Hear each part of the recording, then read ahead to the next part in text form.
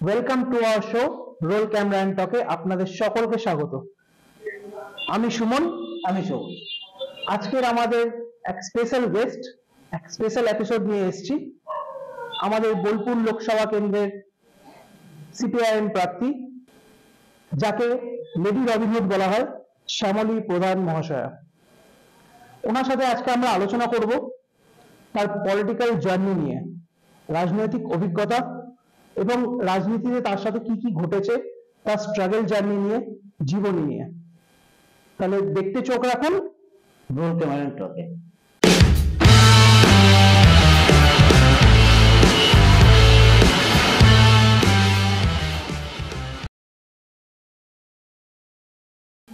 আচ্ছা দিদি, কেমন আছেন বলুন?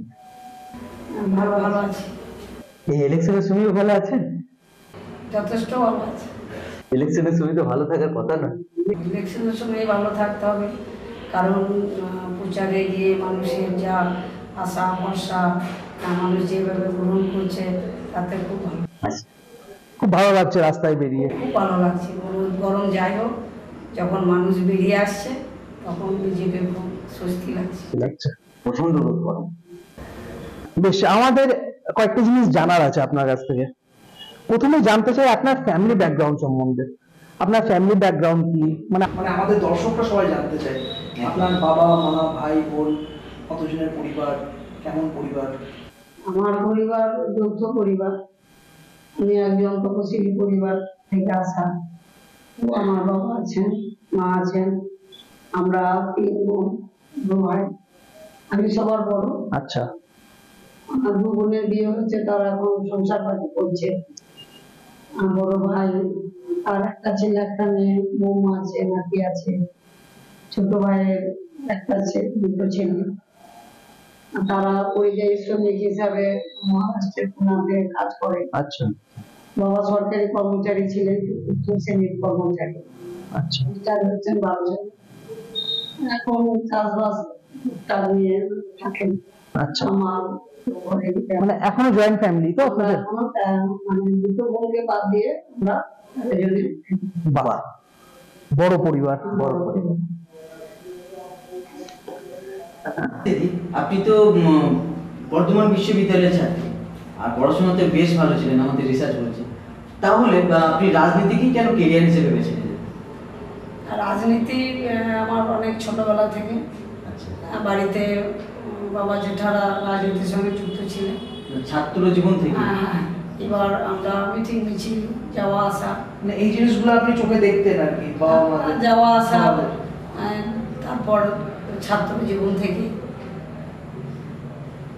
এবার রাজনীতিটা হচ্ছে যে মানুষের কষ্ট, শ্রমিক ক্ষেত মজুর, মানুষের যে গ্রামের দিকে তাদের অনেক অসুবিধা, এইগুলো কিন্তু খুব মানে নিজেকে ভাবাইতো। আচ্ছা। যে তাদের সাথে থেকে কাজ করা, মানে আপনি সেগুলো খুব কাছে থেকে দেখেছেন? কাছে থেকে। এবার ওই তাদের সঙ্গে মিশতে থাকতে আপনার নিজে থেকে মনে হয়েছে যে না, আমি রাজনীতিতে এসে তাদের বরঞ্চ পরিবর্তন যদি কিছু করা যায় তাদের সঙ্গে থেকে। আচ্ছা দিদি, তাহলে আপনার জন্ম তো নানুরের মতো এলাকাতে, তো আপনার চোখে নানুর কতটা শান্ত জায়গা এবং কতটা মারাত্মক জায়গা? জন্ম নানুরে আমি খুবই আনন্দ যে ওখানে চণ্ডীদাস, কবি চণ্ডীদাস তার ভূমি। ওই জায়গাতে জন্মগ্রহণ করা মানে সবার উপরে মানুষ সত্য, তাহার উপরে এই যে বাণী। আর নানুর খুবই ভালো জায়গা, খুবই ভালো জায়গা। নানুরের মানুষ খুবই ভালো। আচ্ছা। নানুরের মাটি ভালো, নানুরের মানুষজন ভালো। কিছু মানুষ, সব মানুষ তো ভালো থাকে না, সামান্য কিছু মানুষ হয়তো নিজের স্বার্থে চাওয়া পাওয়ার জন্য একটু অসুবিধা হয়, যার ফলে নানুরের অনেক মানে চারিদিকে আমাদেরকে বলা আপনি নানুরের, কিন্তু নানুর হচ্ছে আমাদের চণ্ডীদাসের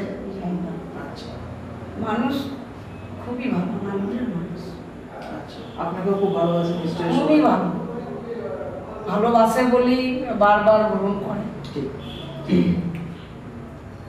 আচ্ছা, আমরা একটা জিনিস শুনতে পাই লোকমুখে, যেটা হচ্ছে আপনাকে একটা আখ্যাও দেওয়া আছে যে লেডি রবিনু, এইটার একটুখানি নিধান দিন যে কেন? কারা বলে জানি না লেডি রবিনু, কিন্তু আমাদের মানুষ মানে কাছে থেকে যেভাবে মেলামেশা, তাতে মানুষ হিসাবে ঠিক। না আপনি নাকি খুব স্ট্রেট ফরওয়ার্ড, বা আপনি খুব মানে একটু নিজের মধ্যে একটু দাবদাবা রাখেন আর কি, এরকম বলে নাকি লোকে বলে আপনাকে রবিনহুড। বিষয়টা হয় কি যে মানে মানুষ অন্যায় বললো কাউকে, আর সেটা প্রতিবাদ করা আমার মধ্যে থাকে। হ্যাঁ, এটা মানে থাকতে পারা যায় না, যে মানুষই হোক, সে সরকারি কর্মচারী হোক, প্রশাসনের লোক হোক, আমার খেটে খাওয়া মানুষ, শ্রমিক, যে মানে সামনে যদি বলে, হ্যাঁ, তা ঠিকটা বলতেই হয়। একদম এটা আর কি। অন্যায়ের প্রতিবাদ করতেই এটা বলতেই হয়। তাহলে আপনার রাজনীতিক কেরিয়ার কত বছরের? ছোটবেলা থেকে আছে, কিন্তু আমাদের তো অনেক নিয়ম কানুন আছে। তাহলে দিদি, আপনার দীর্ঘ এত বছরের রাজনৈতিক কেরিয়ারে আপনি অনেক রকম ফেজ আপনি দেখেছেন, তো আপনার কিছু সেরা মুহূর্ত যদি কিছু থাকে তাহলে একটু অভিজ্ঞতা একটু শেয়ার করুন আমাদের দর্শকদের সাথে।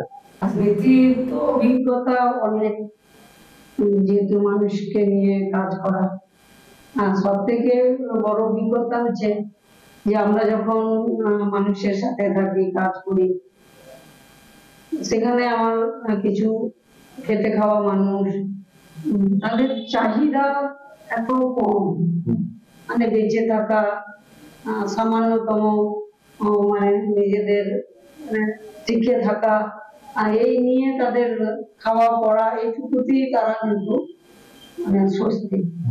এবং সেইটা আমরা যখন প্রথম আমাকে পঞ্চায়েতে যখন প্রার্থী করা হলো, কত সালে সেটা? সেটা ওই 1993-94 এরকম। আচ্ছা। তো জয়যুক্ত হলাম, এত মানুষ মানে গ্রহণ করলো, ওটা একটা বিশাল আনন্দ। একটা বিশাল আনন্দ যে প্রথম সদস্য মহিলা হিসাবে, এবং সেই মানুষদের মানে এত সমর্থন এবং তাদের কাজ করতে পারা, তাদের সুবিধা অসুবিধা আসা, কাজ করতে পারা, বিভিন্ন সমস্যা নিয়ে সেগুলো সমাধান করা, এটা কিন্তু খুব আনন্দ। ভারতের কল নাই, জলের ব্যাপার আছে, হ্যাঁ, বাচ্চাদের বার্থ সার্টিফিকেট, সেগুলোকে করার জন্য মানুষ আসা, তারপরে একদম মৃত্যু থেকে জন্ম পর্যন্ত মানে মানুষের যে অসুবিধা অসুবিধা পাশে থাকতে পারাটা একটা বিশাল। একবার হাক ডাকে আপনাকে পেত। আর গ্রামের সব জায়গায় কাজ করার বেশি আনন্দ, মানে ওদের সঙ্গে যেভাবে যোগাযোগ থাকে, যত দূরে যাওয়া যায়, এই কাছের মানুষটার সঙ্গে যোগাযোগটা মানে পরিধি যখন বাড়বে, তখন তো অনেকটাই মানুষের এটা বেড়ে যায়। ঠিক। আপনি যে সময় রাজনীতি শুরু করেছিলেন, সেই সময় আপনার কি কি সমস্যা ফেস করতে হয়েছিল? তখন সমস্যা তো বলার বিষয় যেটা, যে আমি পঞ্চায়েত প্রশাসনের থেকে আছি, হ্যাঁ, সেই সময়ে জমির আন্দোলন, তারপর মজুরি আন্দোলন, নানান যে আন্দোলন গুলো ছিল, সেইগুলো কিভাবে করতে পারা যাবে, সেইগুলোকে ঠিকঠাক করা যাবে কিনা, তারপরে এত বেকার, এত চাকরির যে অসুবিধা, কিছু মানুষ কর্মসংস্থান করা যায় কিনা, বিভিন্ন ধরনের পঞ্চায়েতি ব্যবস্থার মধ্য দিয়ে তাদের কাজের মধ্যে রাখা, এইগুলো একটা বড় ব্যাপার ছিল। তাহলে এখন আপনার লোকসভা এরিয়া নিয়ে আপনার কি ভাবনা চিন্তা? লোকসভা আমাদের তো 7টা বিধানসভা নিয়ে বলবো লোকসভা। তো আমার বোলপুরের দিকটাতে যে 4টে ছিল, আমার বরাবরের চেনা পরিচিতি, আর ছোটবেলা থেকে এদের সাথে যুক্ত আছি। ওই দিকে 3টে ছিল, যদিও পলিটিক্যালি আমার অনেক জায়গা চেনা জানা, যেহেতু রাজ্য স্তরে বিভিন্ন জায়গায় কাজ করতে হয়। এখন যা অভিজ্ঞতা, যে মানুষ যেভাবে চাইছে, এলাকার মানুষ 11 সাল আলাদা দেখলাম, একটা ভয় ভীতি কিছুটা কাজ করতো, নানান ভাবে কেন্দ্রীয় সরকার একসাথে করে দিল। আর 16-তে বিধানসভায় আমরা যে জিতলাম, সেখানে মানুষের একটা ভালো ছিল। 21-এ দাঁড়িয়ে সেখানে একটা মেরুকরণ হয়েছে যে বিজেপি তৃণমূল, সেখানে নার্সিং এটা সেটা আসাতে মানুষের একটা অসুবিধা হবে। এখন 24-এ দাঁড়িয়ে যেটা দেখলাম সেটা সবই ভেঙেছে, কারণ কেন্দ্রে যে সরকার আছে, মানুষ তো চায় যে সরকার অভিভাবক, কেন্দ্র সরকার রাজ্য সরকার আমাদের অভিভাবক, আমাদের জন্য কি করছে। যখন বাজেট করে সবাই তাকে থাকে, সে একদম দিনমজুর থেকে একদম উপর স্তরের সরকারি কর্মচারী থেকে, যে আমাদের জন্য সরকার কি ভাবছে। আমরাও ভাবি মানুষ হিসাবে যে সরকার মানুষের জন্য কি ভাবছে। হ্যাঁ, তখন যেগুলো ধরুন মানুষের স্বার্থে সেটা ভালো, আর যেগুলো মানুষের বিরুদ্ধে হয় সেগুলো নিয়ে আমাদের আন্দোলন সংগ্রাম রাস্তায় নেমে করতে হয়। আর এইগুলো একটা ভাবনার মধ্যে ব্যাপার থেকে যায়। তো 24-এ দাঁড়িয়ে একদম চিত্র তো অনেক পরিষ্কার যে কেন্দ্র সরকার যেটা করেছে, পেট্রোল ডিজেলের এত দাম, ওই দাম বাড়লে তো জিনিসের দামও বাড়বে। আর আমাদের দেশে তো মানে ধনী শ্রেণী কম বেশি, মানে ধনী শ্রেণীটা হচ্ছে কম, আর এই পিছিয়ে পড়া অংশ, মধ্যবিত্ত অংশ, বেকার অংশ এটা কিন্তু অনেক বেশি, চাষি মানুষ। বাজেটটা যখন এদের বিরুদ্ধে যায় তখন নিজেদের একটা তো খারাপ লাগে যে ভারতবর্ষের এই মানুষ যারা বেশি এতে আছে, কষ্টের মধ্যে আছে, আর কিভাবে ভালো থাকবে, কিভাবে ভালো রাখা যায়। রাজনীতি তো তাই, আমি 16 বিধানসভায় ছিলাম, তো সেখানে মানুষের সমস্যা, রাস্তাঘাট, জল কল সমস্যা নিয়ে আমরা তুলে ধরেছি। এবার যেহেতু ওরা বেশি সংখ্যায় আছে, বিরোধীদের সেইভাবে তো কোনোদিনই ওরা সম্মান করে নাই, দেওয়ার ব্যাপারও নাই। আমাদের যখন বামপন্থী সরকার ছিল, বিরোধীদের একটা মুখ ছিল, সেখানে বিরোধী পঞ্চায়েতে বিরোধী দলনেতা থাকতো, পঞ্চায়েত সমিতিতে থাকতো, জেলা পরিষদে থাকতো, তারা সেখানে যে কাজ করতো। কিন্তু আমরা যখন একটা জায়গাতে আছি, 16 বিধানসভায় এলাম, সমস্ত কমিটি থেকে আমাদেরকে বাদ দিতে হবে, যেহেতু আমি বিরোধী এমএলএ ছিলাম, বাদ দিয়ে দেওয়া হলো। কিন্তু আমার এমএলএ কোটার টাকা যেটা পেতাম সেইটাতে পঞ্চায়েত গুলো তেমন কাজ করতো, স্কুলগুলো ছিল, হাই স্কুল, প্রাথমিক বিদ্যালয়, এইগুলো দিয়ে কাজ করানো। কিন্তু এখন আর সেই পরিবেশটা কিন্তু আর নেই। মানুষ অনেক চেঞ্জ হয়েছে, যে এরাও নিজেদের জন্য বেশি ভাবছে। কতগুলো রিলিফ দেওয়া হচ্ছে ঠিকই, কতগুলো রিলিফ দেওয়া হচ্ছে, কিন্তু সামগ্রিকটা কিন্তু সেভাবে আসছে। আমরা যেমন জমির আন্দোলন হয়েছে, সেখানে খাস জমি দেওয়া হয়েছে, বর্গা হয়েছে, পাট্টা দেওয়া হয়েছে, সেখানে তপশিলি জাতি, আদিবাসী, অন্যান্য যারা আছে তাদেরও সেই জায়গাতে আমাদের কাজ হয়েছে। এটা তো থেকেই গিয়েছে, এটা তো যে এবারে দিলাম আর বছরে নাও দিতে পারি, তার তো ব্যাপার এটা থেকেই গেছে। তারপরে যে এসএসসি বা টেট পরীক্ষা যাই হয়েছে, সেখানে একটা নিয়োগ হয়েছে, সেখানে কে বিরোধী কে ঠিক সাথে করে দেখা যায় যে বিরোধীদের ঘরে ছেলেরাও কিন্তু চাকরি পেয়েছে, এবং সেখানে তাদেরও বলতে হবে যে একটা টাকা নিয়েও কিন্তু আমাদের চাকরি হাতে করে দেয়। আজকের দিনে দাঁড়িয়ে আগে বেকার ছেলেরা কিন্তু মুখ করছে। এই যে রাজ্যে 26,000 ছিল, আমি বিধানসভায় বলেছিলাম যে চাকরি দিচ্ছেন ভালো কথা, তার নামটা প্রকাশ হোক, চ্যানেলটা প্রকাশ হোক, যে এই ছেলেরা চাকরিটা পেত, আমাদের কথা শোনা। সেটা যদি করতো তাহলে এই যে এত সমস্যা, এই সমস্যাটা কিন্তু থাকতো না। মানে বিরোধী থাকলে তাদের একটাই সুবিধা, যদি সরকার পক্ষ কোনো কিছু ভুল করে সেটা ধরিয়ে দেওয়া যায়, সংশোধন করা যায়।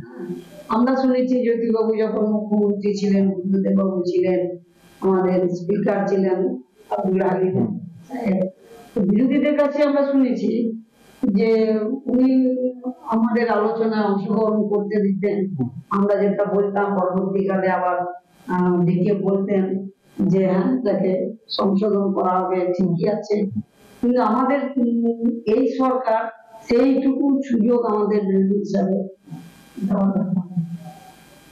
কিন্তু আজকের দিনে এই সবটা দাঁড়িয়ে মানুষ কিন্তু আপনার একটা মানে পরিবর্তনের আওয়াজ তুলছে, যা আমি লোকসভা নির্বাচনে মানে প্রচার করতে গিয়ে দেখতে পাচ্ছি। 21-এ একটা মুখে ভয় ছিল, হ্যাঁ সিপিএম, হ্যাঁ, কিন্তু 24-এ দাঁড়িয়ে যেহেতু এই সরকারের দুর্নীতি ফুটে ধরেছে, মানে প্রকাশ্যই হয়েছে, আমরা তো মিথ্যা বলবো বড় ব্যাপার না, যে আমি যদি কাউকে মিথ্যা করে চোর বলি তার মানুষ তো আমাকে তখন কোনোরকম। মাননীয় আমাদের শিক্ষামন্ত্রী উনি জেলে আছেন, আবার আমাদের রাজ্যের যে খাদ্যমন্ত্রী উনি জেলে আছেন, শিক্ষামন্ত্রী জেলে, খাদ্যমন্ত্রী জেলে। আবার যখন রাজীব বাবু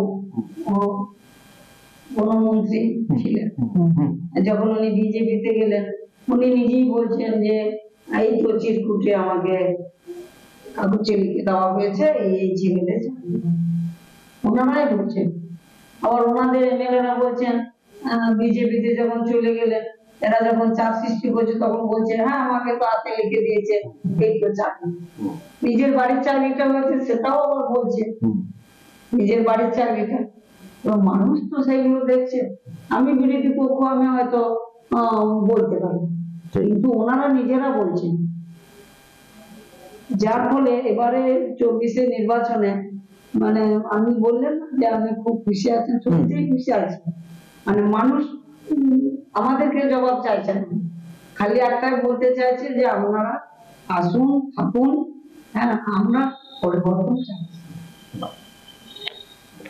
তাহলে একটা জিনিস আমাদের জানার খুব ইচ্ছে, যেটা হচ্ছে আপনারা যদি ক্ষমতায় আসেন তাহলে আপনাদের ভবিষ্যৎ পরিকল্পনা কি? আমরা এবারে রাজ্যে 5 জন মহিলা প্রার্থী আছে লোকসভা, তো আমরা একটা করেছি আমাদের সাংবাদিকদের,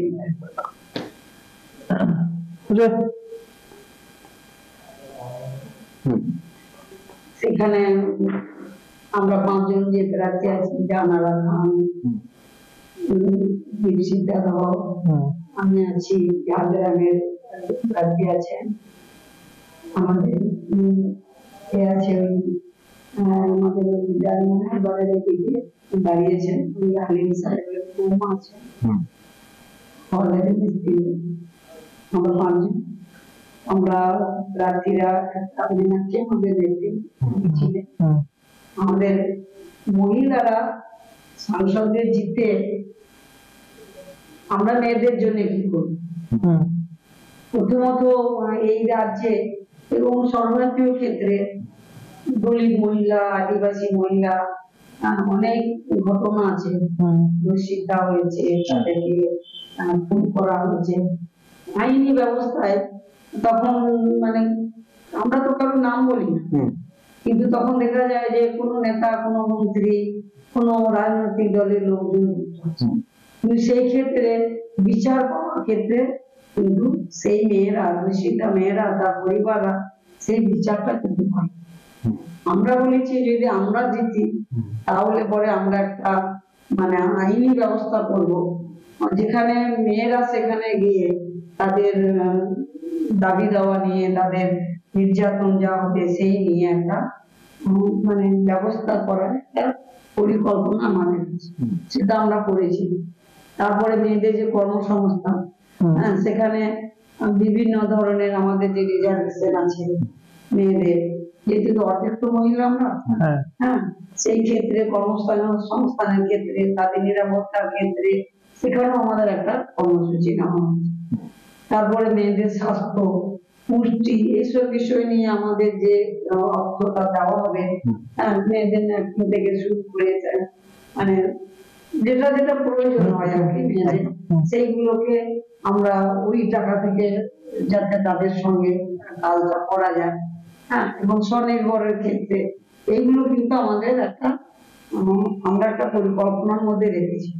আর বিশেষ করে যেটা এই যে 100 দিনের কাজ, ওটা তো আমরা আন্দোলনের মধ্যে এনেছিলাম, তখন ইউপি কংগ্রেস ছিল, তাদের সাথে থেকে আমরা পাস করিয়েছিলাম। আমাদের দাবি ছিল 100 দিতে 200 দিন এবং 600 টাকা কম পক্ষে। আর এইগুলো আমাদের সংসদে তুলে ধরা।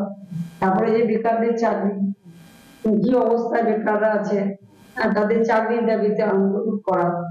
আবার কল কারখানা আমাদের রাজ্যে বন্ধ হয়ে গেছে, শ্রমিকদের একটা জায়গা তারপর পরিযায়ী হিসাবে আমাদের রাজ্যের বাইরে বিভিন্ন জায়গায় লেখাপড়া শেখার পরেও যদি কাজ না পায়, সংসার চালাতে হয়, তারা কিন্তু সেই চেন্নাই, তারপরে ওই যে কেরালা, মহারাষ্ট্র চারিদিকে।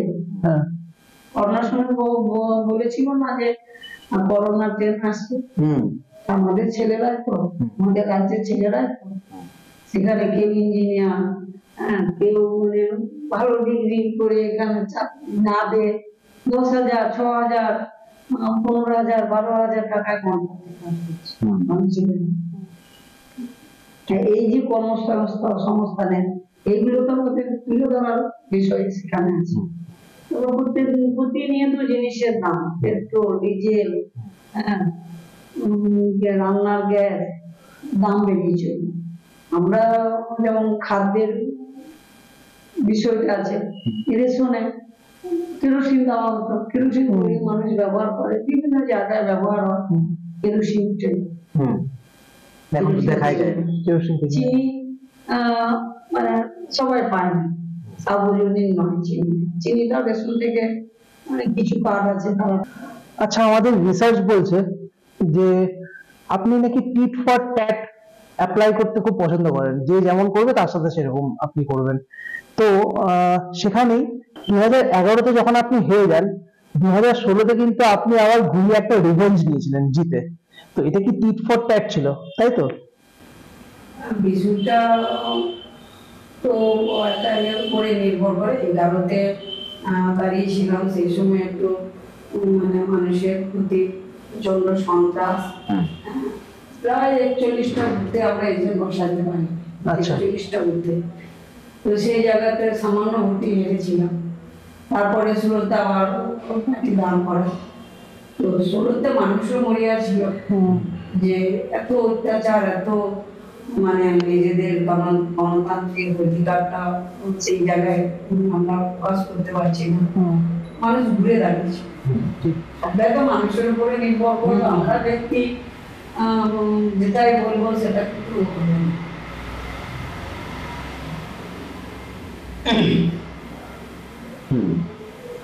আপনি যখন 2016-তে নানুর বিধানসভা যখন আপনি এমএলএ হয়ে এলেন, তখন আপনার বিধানসভার মধ্যে কি কি ডেভেলপমেন্টের কাজ বাকি ছিল যেগুলো আপনি আসার পরে পূরণ হয়েছিল?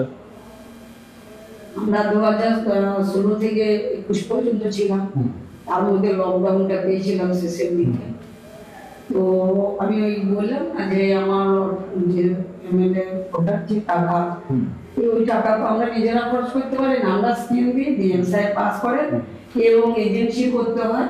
তো সেই এজেন্সি হয়, পঞ্চায়েত সমিতি হবে, গ্রাম পঞ্চায়েত হবে, স্কুল হবে, বলা আছে গাইডলাইনে, এনজিওকে কিছু দেওয়া যায়। তো সেই সময়ে তৃণমূল ঘোষণাই করেছিল, যেটা আমি জেলাতে একজন সিপিএম আর ছিল কংগ্রেস, আমরা দুজন ছিলাম বিরোধী। তো সমস্ত পঞ্চায়েতে বলে দেওয়া হয়েছিল যে সামরিক প্রধানের টাকায় কেউ কাজ করবে।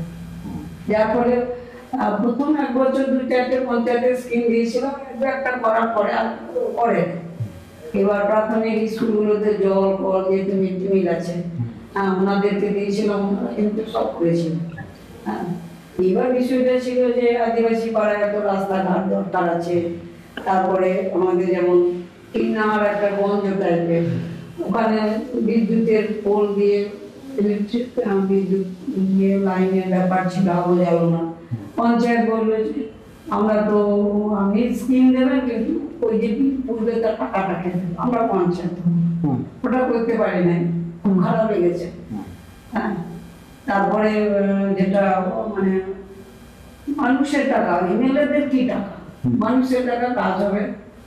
তো আমি এখনো কৃতজ্ঞ যে আমার কিছু মাস্টার মশাই স্কুল, প্রাথমিক বিদ্যালয়, হাই স্কুলগুলো ছিল, ওনারা কিন্তু ওনাদেরও চাপ ছিল কিন্তু কাজ করেছিল, বাহ, যার ফলে আমার টাকাটার অসুবিধা হয়নি।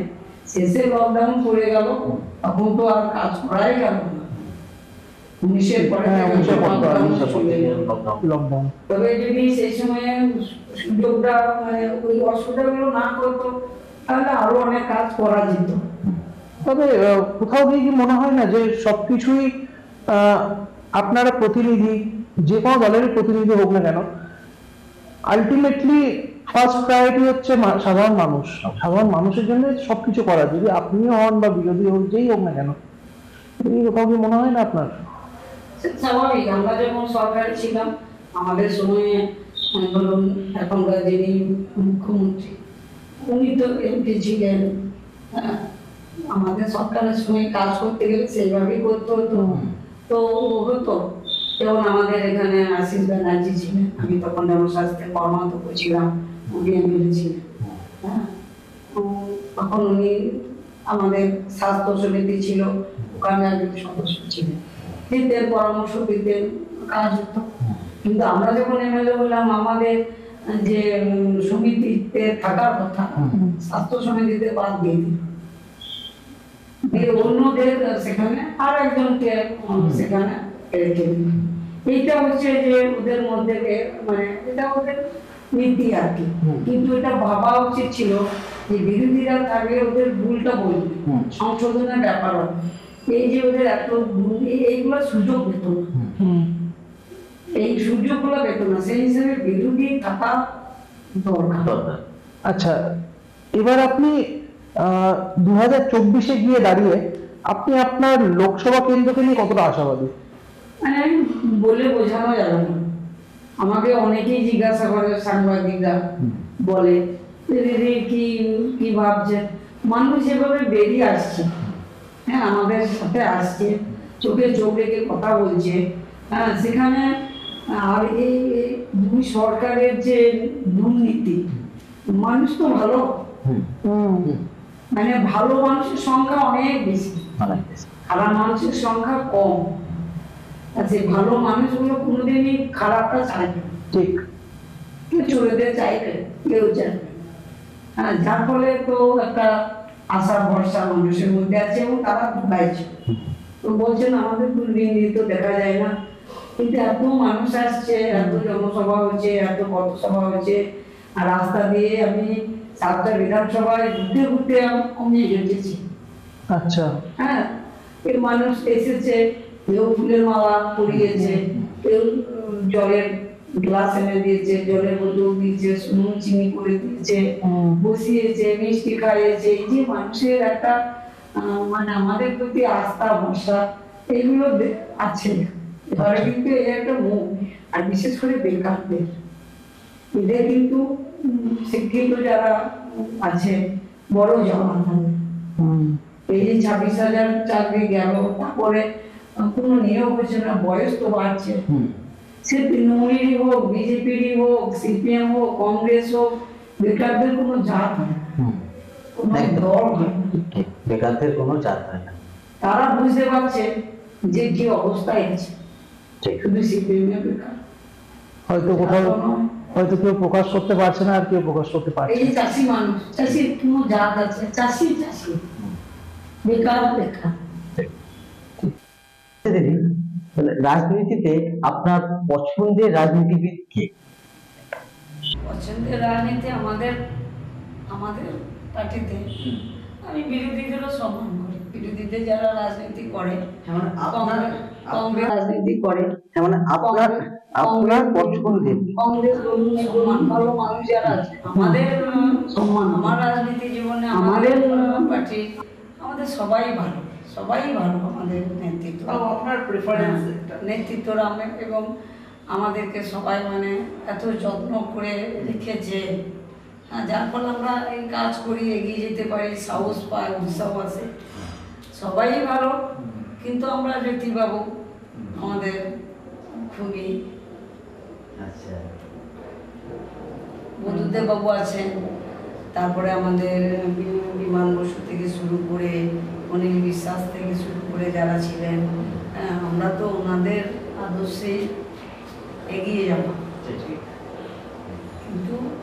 মাঝখানে একটা আছে, জ্যোতিবাবুকে সবাই করে, সবাই শ্রদ্ধা সম্মান করে। আচ্ছা, একটা কোয়েশ্চেন আপনার হঠাৎ করে মাথায় এলো আমার, সেটা হচ্ছে যে আপনার কোনটা পছন্দ? বুদ্ধদেব বাবু ক্যামেরার সামনে এসে নিজের বক্তৃতা রাখেন সেটা বেশি পছন্দ, না এখন আধুনিক যুগে এআই যেটা আর্টিফিশিয়াল ইন্টেলিজেন্স দিয়ে যেটা বুদ্ধদেব বাবুর নতুন একটা ভাইরাল ভিডিও প্রচারের জন্য আনা হয়েছে সেটা বেশি পছন্দ? বুদ্ধদেব বাবু ক্যামেরার বাইরে, ক্যামেরার ভিতরে, মাঠে ময়দানে সবটাই এক, সবটাই এক। প্রচারের একটা নতুন রূপ দেখা গেল যেটা এআই দিয়ে করা হয়েছে, আধুনিক টেকনিককে কাজে লাগিয়ে। আধুনিক ওনারই তো ভাষা, ওনারই কথা। আমরা রবীন্দ্রনাথ ঠাকুরের আজকে তো তা ওনার সঙ্গে যারা মানে কাজ করার সুযোগ পেয়েছেন, হ্যাঁ, তাদের অভিজ্ঞতা, আমরা তো ধরুন বই পড়ছি, আমরা তো আর সেই রক্ত মাংসের মানুষটাকে দেখি নাই, কিন্তু তাও আমাদের মনে হয় যে আমরা সেই মানুষটাই আমাদের কাছে আছে। ফুলের মালা দিয়ে শ্রদ্ধা করি, তেমনি বুদ্ধদেব বাবু ভেতরে বাইরে সব জায়গাতেই এক আমাদের কাছে। তাহলে আমরা আমাদের ব্রডকাস্টের একদম শেষের দিকে, যেটা একটা শেষ প্রশ্ন নিয়ে আমাদের ব্রডকাস্টটা শেষ করব। আপনি আমাদের ব্রডকাস্টের মাধ্যম থেকে সমস্ত দর্শকদেরকে কি বার্তা দিতে চান? আমি একজন ভারতবর্ষের মানুষ হিসাবে, রাজ্যের মানুষ হিসাবে দর্শকদের কাছে আমার মানে একটাই বলার, সবাই ভালো থাকুন, সুস্থ থাকুন, সুস্থ পরিবেশে থাকুন, আমরা সবাই সবারই পাশে থাকি। ভারতবর্ষ ধর্ম নিরপেক্ষ, হ্যাঁ, আমাদের সংবিধান হচ্ছে সবাই মিলে একসঙ্গে থাকা, একই বৃন্তে দুটি কুসুম, হিন্দু মুসলমান। এই ভারতবর্ষে বাস করি, হ্যাঁ, সেখানে রাজনীতির জায়গা, কিন্তু আমরা ভারতবাসী হিসাবে মানুষের পাশে থেকে মানুষকে সুস্থ রাখা, সবল রাখা, তাদের গণতান্ত্রিক যে অধিকার, সেই অধিকারকে প্রয়োগ করতে দেওয়া, এইগুলো মানুষ হিসাবে আমাদের কাজ। এটাই বলা, এ সবাই সবারই পাশে না, তাহলে এত ভেদাভেদ, এত হানাহানি, এত কিছুর প্রয়োজন পড়ে না। আপনাকে অসংখ্য ধন্যবাদ আমাদের মাঝে পেয়ে। নমস্কার। আমিও ধন্যবাদ জানাই আপনাদের, যে আপনাদের মাধ্যমে আমি দর্শকদের বলতে পেরেছি আমার বিষয়ে।